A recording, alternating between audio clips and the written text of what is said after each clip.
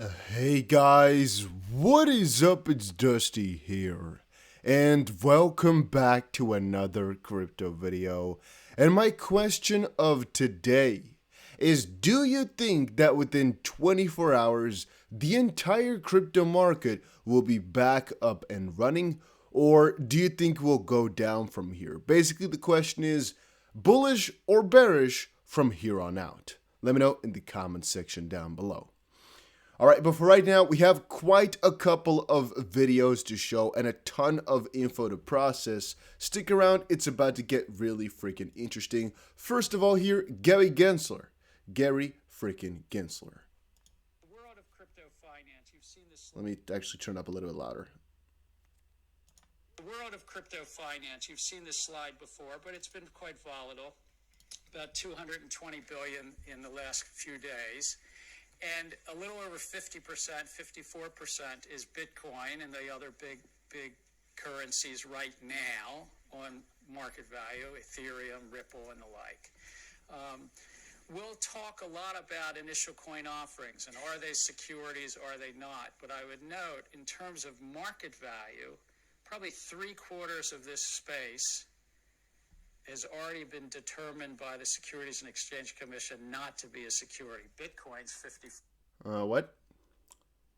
Okay. Ether's about, 15 points or something like that. So you're all of a sudden up to about 70 points, and then there's a bunch of other things that add up. So about 3/4 of the market value right now is what one might call a cash or a commodity, but not a security in this world. And that's just relevant for some of the debates that go. So straight off the bat here, this is very interesting wording because he is really making it clear he either has no idea what he's talking about, which I don't think is the truth. I think this man is very knowledgeable, or he's got some contrasted views, saying that a lot of things aren't a security and that there's points at which they guided by. It's strange. So Stefan put up, found another bombshell Gary Gensler in his reading on public policy. Quote, most of the crypto space consists of Bitcoin, Ether, and Ripple, about 3/4 of the whole market. Bitcoin and Ether have already been classified by the SEC as a commodity and not a security. And so Jeremy here says, I guess it's all very clear after all. Well, no, let's quickly listen to it again, that part. Initial coin offerings, and are they securities, are they not? But I would note, in terms of market value, probably 3/4 of this space has already been determined by the Securities and Exchange Commission not to be a security. Bitcoin's 54%. Ether's about, 15 points or something like that. So you're all of a sudden up to about 70 points, and then there's a bunch of other things that add up. So about 3/4 of the market value right now. Of which, by the way, I believe that this one right here stands for Ripple, this dark blue one. It's very hard to see. It's very unclear, but I think it says Ripple right there. On my phone, it's just a teeny weeny bit more clear. One might call a cash or a commodity, but not a security in this world. And that's just relevant for some of the debates that go. Yeah, I'm still at awe, I guess, for what he's saying. It's so odd and so contrasting. Guys, it really gets that crazy. I'm not lying to you. This is coming from the SEC's mouth. Isn't that funny? I have another video here. Let me actually show you guys JV's shared clip here as well.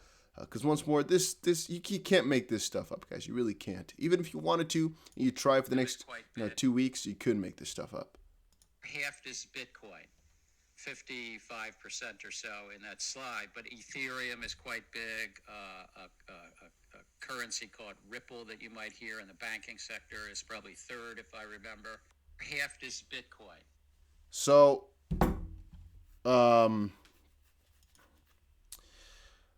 wow. I don't know what to tell you except for wow, right? Isn't this also sometimes kicking in with you that it just doesn't make any sense? And when I'm talking doesn't make any sense, I'm talking it really doesn't make sense. He's saying a currency called Ripple. I'm gonna share this video. I'm gonna download the video and share it and actually see what you guys are saying about it in my on my own Twitter right there. Cause what? What in the world, huh? I can't seem to grasp my head around it. It's so strange to me, guys, and I keep getting surprised and more surprised and more surprised by it. Oh wow, this is phenomenal, I guess. So actually, I didn't really want to bother you guys with the price too much. At first, I thought, you know what? Let me go a little bit into the price, but let me not do that. Phil D said, let's first see if SEC case is over is validated. That's a reply to some people putting up these types of predictions and ideas of, for example, where the price can go to.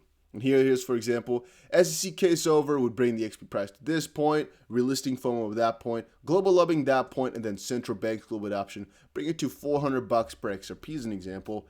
And of course, I'm also on the side of, well, $400, $20 per XP. We'll see. Let's first get some sort of settlement, you know? And first get this SEC lawsuit dealt with, and then start to think about more. Even though, obviously, we don't need a settlement to go to some higher price points, it would just be nice. And that would be one of the easiest factors towards the top if you were to ask me. All right, XRP Logic shared this.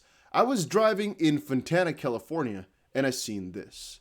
Google Internet Value rippled the standard XRP. I'm not sure if he actually really found it or just pasted it down, but who cares? It's pretty funny. A couple of people in the live stream also said if I give them stickers to buy, they would actually put my sticker on the SEC building. I think that's an offense, but still, the idea is funny that XRP is really everywhere around the world. Whenever I ask you guys where you watch it from, the comment section is also always filled with just all different places around the world, and that sometimes is also frightening and awesome to me. Just that we're spread everywhere, we're all living kind of the same life in the XRP realm. Huh? It's kind of funny. Another video, more damning evidence that Joe Lubin of Ethereum and Consensus was working with the SEC before the William Hinman speech and received the ETH free pass. All right, so there's a 1-minute video once more. Let me show it to you guys. Engelbert says, do you mean employees at the SEC who swore oaths to protect investors were working in tandem with market participants to manipulate markets for personal gain? What? Really? Wow. Let's check this out. Let me quickly refresh. There we go. Okay, I got it. Put it to 0. Put it to 0. This is a shout out to Backup Bradley for this one. There's no sound at the start. I put it on. You're about to watch Joe Lubin acknowledge working with SEC regulators. Okay. There are many other cryptocurrencies.